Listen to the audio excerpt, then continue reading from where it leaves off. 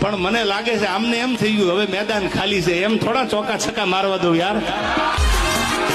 હવે નક્કી કરી લીધું, પાછી પાણી નથી કરવી, જિંદગી જીવવી તો જીગરથી, જેમ તેમ નથી જીવવી.